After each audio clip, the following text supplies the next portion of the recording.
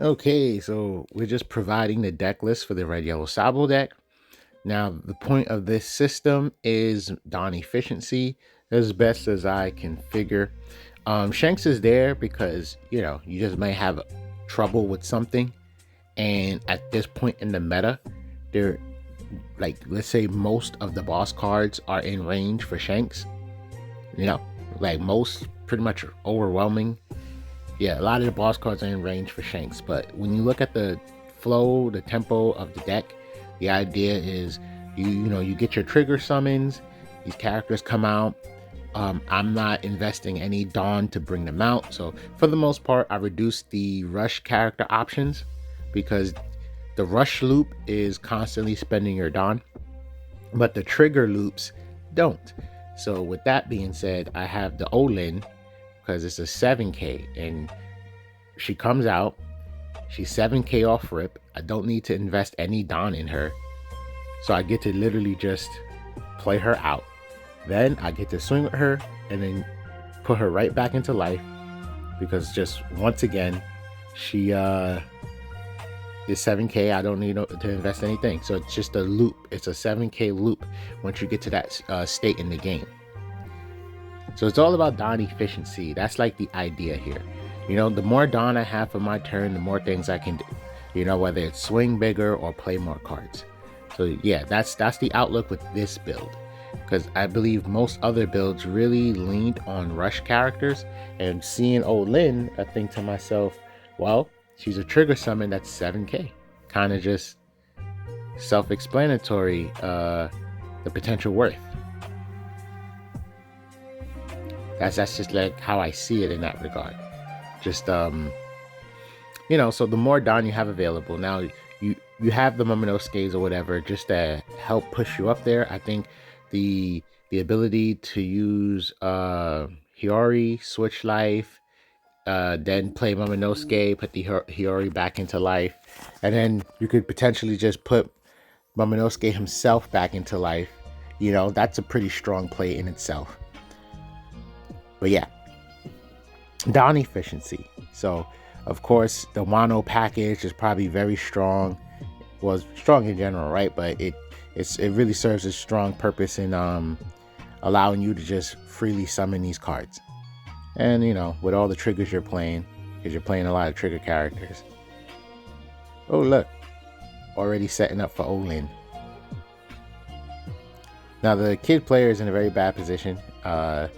He would have to go for board, but if he goes for board, he stacks our life. And if he attacks our life, he summons a 7K body.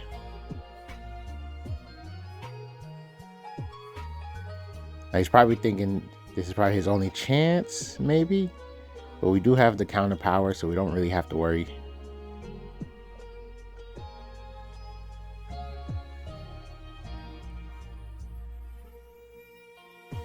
Oh, okay, he just saw the writing on the wall. I don't know why not just go straight for the 3K counter. And then if like a Rush Zoro is going to get played, you just drop regular counter power. Yeah, our player was just thinking about something. I don't know what it was.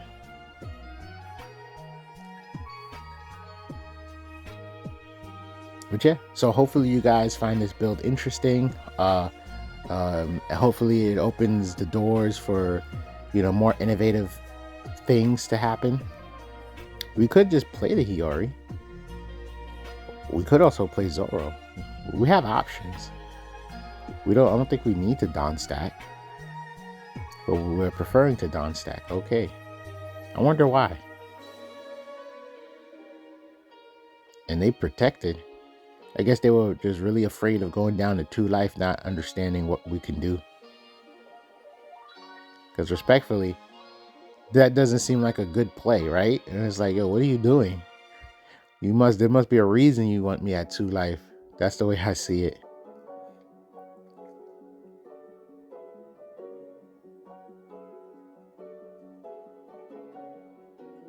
Are we just swinging big again?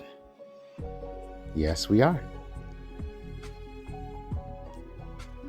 Well, if they, I was gonna say if they really wanted to protect that much life, then there ain't no way they're not gonna block.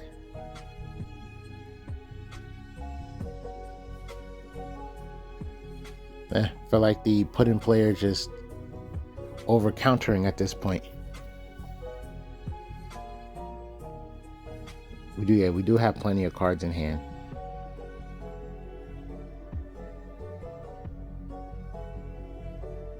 Oh, I think we're trying to push for our Kid and Killer.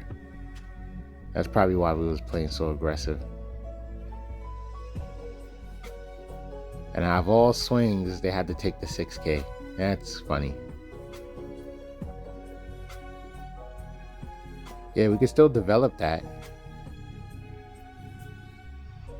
Oh, develop another Kid and Killer?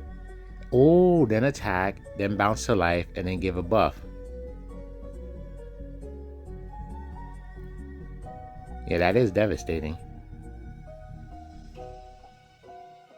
Oh yeah, well, talking about Dawn efficiency, since Kid and Killer can get himself to 7K, that's also another Dawn efficient variant or in the system. So yeah, you got Big Mom, who can just who is 7K, and you got Kid and Killer who can make himself 7K by default. So it's like if you compare him to the 3-drop Zoro, I have to invest 2 Dawn onto Zoro, 1 to leader, whereas I just gotta play Kid and Killer and put 1 on leader. So it actually saves me 1 Dawn. So yeah, it's all Dawn efficiency. That's like the strategy behind this, just Dawn efficiency.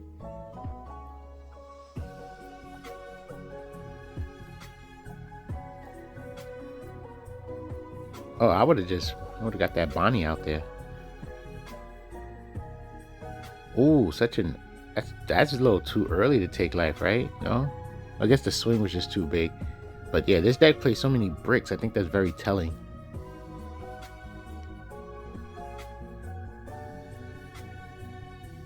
We're looking to put a bunch of pressure, I'm guessing.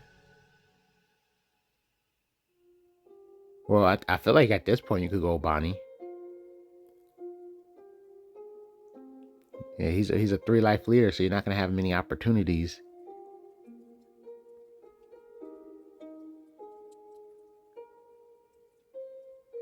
Well, we could probably pop the Zoro Joro and really mess up his tempo. But he's on the even curve. I think that's the curve he would want to be on anyway. You know what? He still needs to ramp the 1 because of 7-drop Kid. Yeah. Yeah, there that goes. Okay, that makes sense. Because I was thinking just to throw his tempo off, we probably could just pop the Zoro.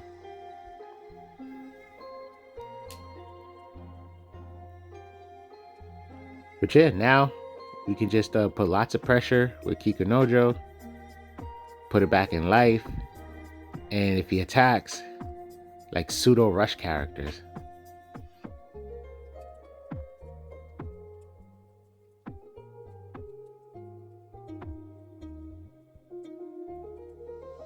Yeah, add that back to life, give the other one a pump.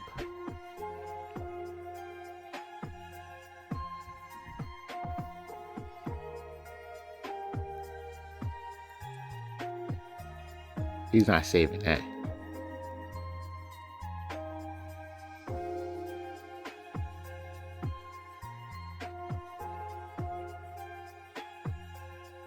Probably, yeah. I would say Dawn stack it.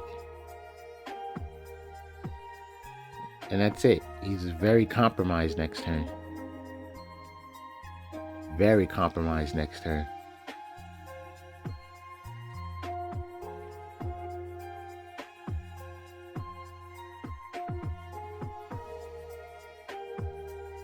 Of course, Whitebeard pump. He swings. We can literally just drop 1 card and keep it safe. And then if he attacks life, he puts himself in an extremely bad situation. We gotta, come on, hurry up. Discard 1 card. We got so many counter power.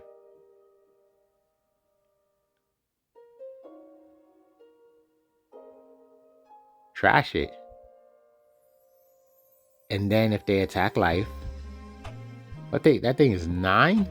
Oh, doy. My bad. Okay. I felt like he was forced to attack life. but he wasn't. I forgot the kid pump. No, he wouldn't have been forced anyway. You know what it is? I'm thinking of a 5 life leader. I said 5 life leader, a 5K. I was like, oh, he's only 7K. No, he was 8. That's my bad altogether.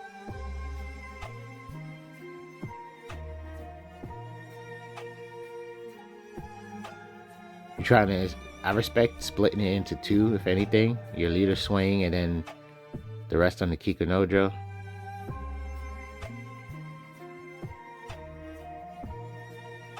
Like I said, deck plays so many bricks.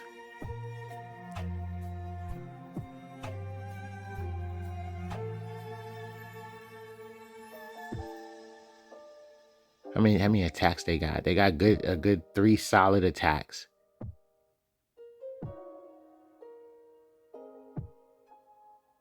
Yeah, they got a good 3 solid attacks. If they choose to attack Sanji, he still served his purpose.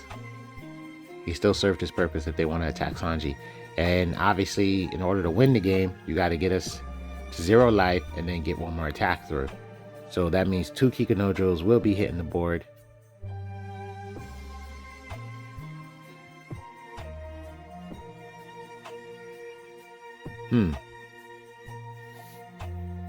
Unless you got a... Oh, they did have a 10 drop. I was like, unless you got a 10 drop, I don't understand what's going on here.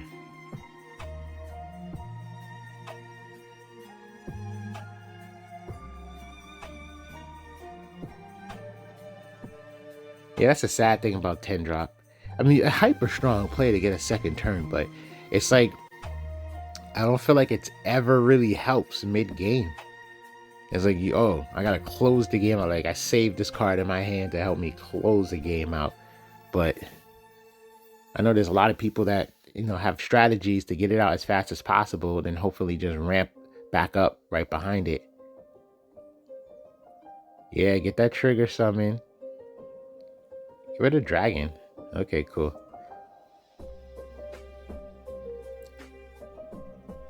So unless you, like I was gonna say, unless you play like a rush in the Diablo Jambe, it just wasn't gonna happen.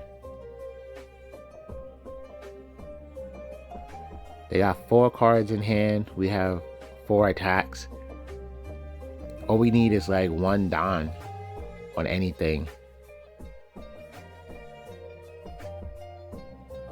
Well, now with Rush, it's like we auto win. No, we don't auto win. There's a blocker. My bad. Now, if there wasn't a blocker, 4 cards in hand means he automatically loses to 5 attacks. So we would need 1 more attack, and it'll be, if we had 6 attacks, it'll be automatic win.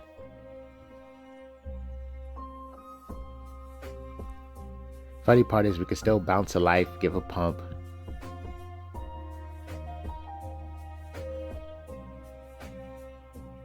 And that should be it. A G. Hope you like the deck list. I hope you like the performance of the deck. We have older videos that showcase stronger leaders. And yeah, subscribe. It's the only way the channel can grow. We just recently hit 200.